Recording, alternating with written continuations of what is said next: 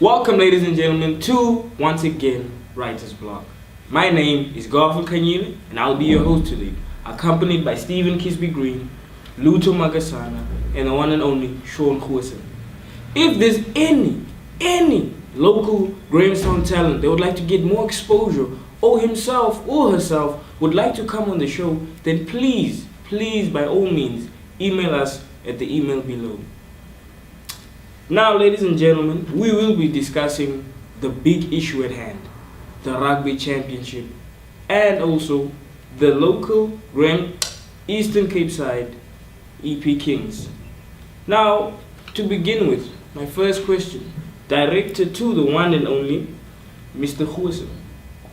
With the Springbok back three that is defined as rather undefined and inexperienced as a pairing, how are they going to face up against the number one kick and chase side in the world?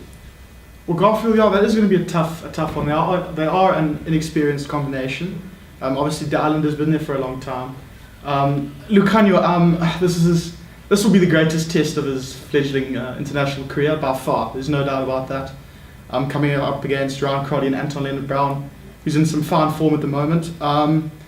It's an interesting combination. I still don't think that it's potentially Rassie Erasmus' strongest combination. I think that a guy like Frans Steyn still, Rohan Janse van Rensburg, Jan Serfontein, could still add immense value. Obviously none of them are available now, but it'll be very interesting to see how the Islander and certainly Khanyile deal with the All Blacks this weekend. It's going to be a mouth-watering matchup as always. Moving on to the wings and the fullbacks. Mr. Kisbey-Green, with the likes of Mapimpi, Nkosi, and now recently Makazole Mapimpi out, it clearly shows that the lack of a fullback specialist or even a back three specialist in the Springbok squad has come back to bite them, with Rassie being actually forced into moving her outside centre onto the wing. Now, is this going to prove fatal or something new, considering the weight and the measure of this matchup on Saturday? It's not so much going to be fatal in terms of the fact that Jesse Kriel has had some wing experience, and up until Heineke Meyer, he was predominantly a right wing. But I don't think he's the right person for the right wing berth this weekend. I would have liked to see, because Colby's in the side, and because that seems to be who Rassie wants to back right now. I would have put Colby at fullback starting, and then move Willie Leroux to the right wing. However, in the squad, I would rather have a playmaker that can play fullback and wing, like a Ruan Combrink in the side. Not only is he proven to be solid under an immense amount of pressure, he's also got that game-breaking ability in the fly half channel if need be, and he can cover all three back three positions pretty solidly. He's not there, and we don't have anyone else at the moment in the squad that could take up that berth. So he's sort of forced into playing Jesse Kriel at right wing. Whether or not he'll be able to defend against the likes of Ioane and the rest, and the powerful back three that the All Blacks have, I don't know, because he hasn't really stood up in terms of defence in the outside centre role, and now you want to put him at right wing, which is a lot more difficult to defend, especially against one of the best wide attacking teams.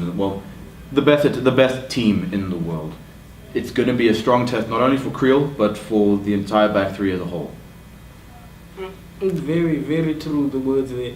But don't you think that also, instead of Rowan Combrink being the only option you could have considered, the seasoned JP Peterson, isn't he someone that could also have been picked, considering his experience and what he could bring to this Springbok side?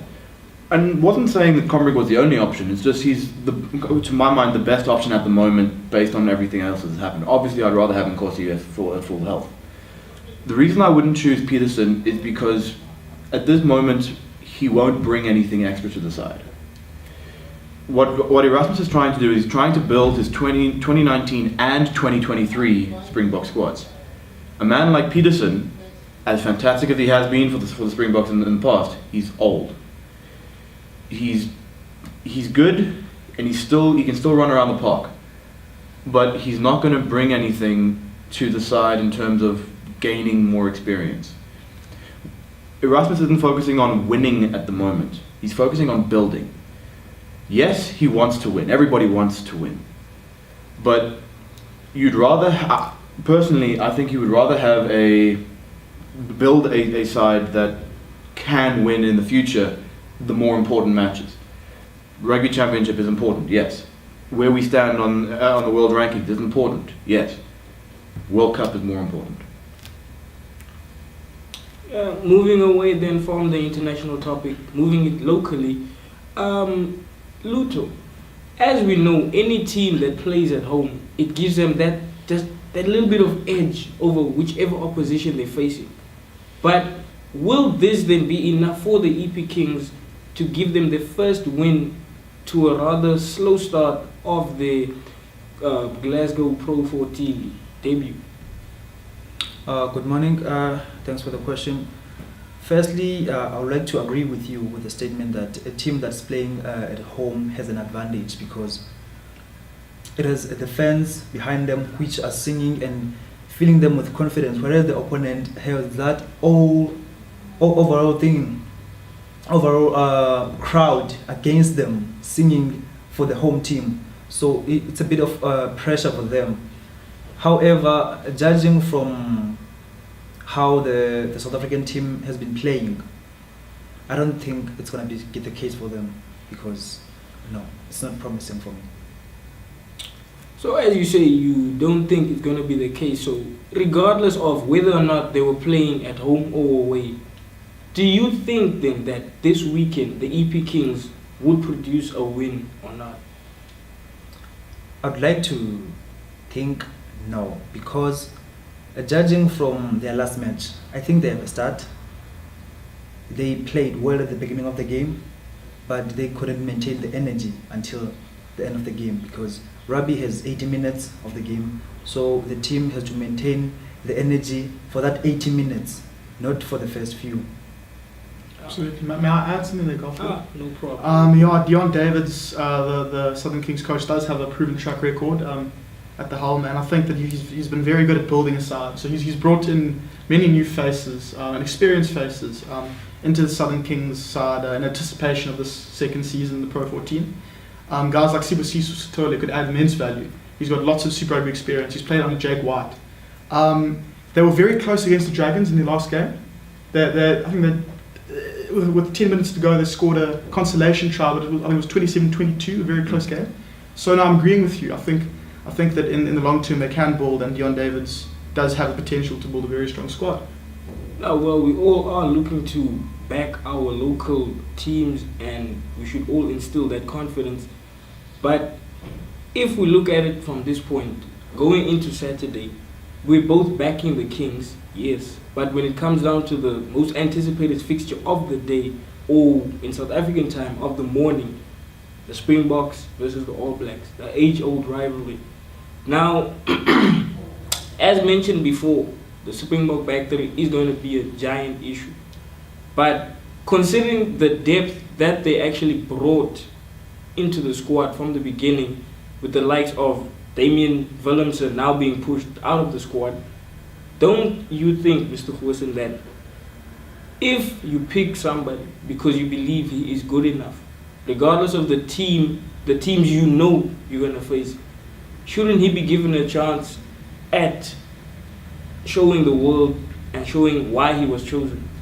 Okay, well, with Willemse specifically, Garfield, I think that in the past we've seen players like Chiluwele Pele who got immense talent, it's all there, but they were perhaps rushed into the national side a bit too early, and that really, really damaged their confidence. I know Damien Willemse has been, or the book coach Russ Erasmus has said, and his coaching staff have said that they see him as a 15 going forward.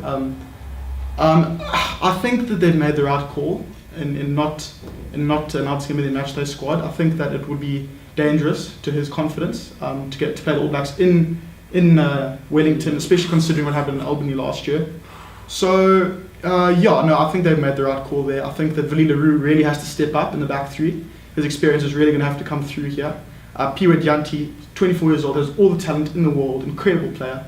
Lots of Brian Abana. He's very Brian Abana-esque in the way he plays.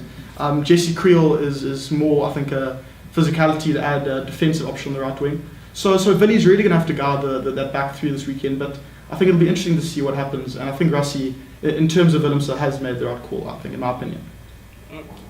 Well then, Mr. Kisbey-Green, with the Springbok side still licking its wounds from 2 consecutive losses to Argentina, now Australia, and most definitely the massive hiding they received previous year against the All Blacks, still most likely and most definitely still in the minds of those 23 Springbok men that have to wear the green and gold and face down the All Blacks.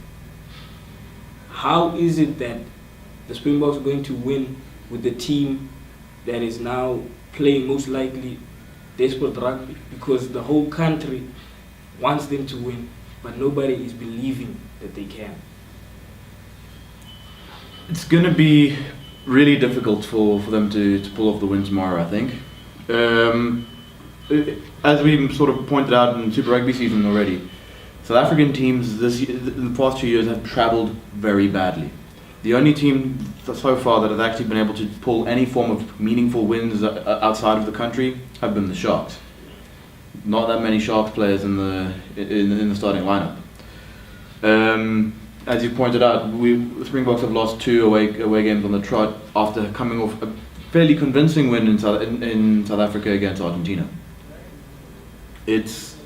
I don't think it's going to happen. I don't think that the players involved in the matchday 23 are the strongest players that Rassie Erasmus has at his disposal. He's actually admitted that he's got a couple of injuries that he would rather have, like Nkosi, in the starting lineup. So I don't think Rassie's going for a win tomorrow. Rassie's going for a result. And the result for the Springboks tomorrow would be to show that they can play rugby and show that they want to wear that green and gold jersey and play for that jersey. To me, if the Springboks can get within 5 to 10 points of the All Blacks tomorrow, that is a result. If they can make sure that their discipline and their defense is on point, keep the All Blacks from scoring. Because we all know, especially with Swayze de Bruin in the coaching staff, we all know that the Springboks are going to want to score tries. They're capable of scoring tries. But one thing we know of Swayze de Bruin's teams is that they just can't defend. Lions give away a lot of points. If the Springboks can limit the points they give away and still score tries, that'll be the result of the Springboks. I don't think they're going there thinking that they can win. They're obviously wanting to win, as every team is, but in the back of their mind they've got to be thinking, okay, look, realistically, we're here to play rugby. We're here to do as best as we can and to improve on what we've done in the past 2 weeks. Whether or not that's a win, is up to the day, but they're looking for an improvement rather than a victory. Yeah, it's spoken like true words, and I think nobody could have said it any better, because until the game day finishes tomorrow, that's the only way South Africans will know whether or not the Springboks have pulled off a miracle or they just showed up. So, well, ladies and gentlemen, that's all we have time for. Join us once again, same time, same place next week.